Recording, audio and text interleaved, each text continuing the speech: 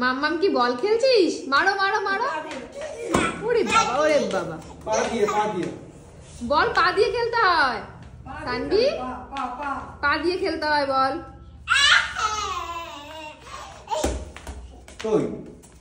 বল পা দিয়ে খেলতে হয় মাম্মা।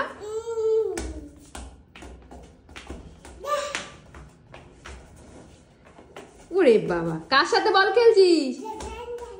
দাদানের সাথে বল খেলছিস? দাদানের সাথে বল খেলছে। এদিকে আসো। কার সাথে বল খেলছো? দাদানের সাথে বল খেলছো?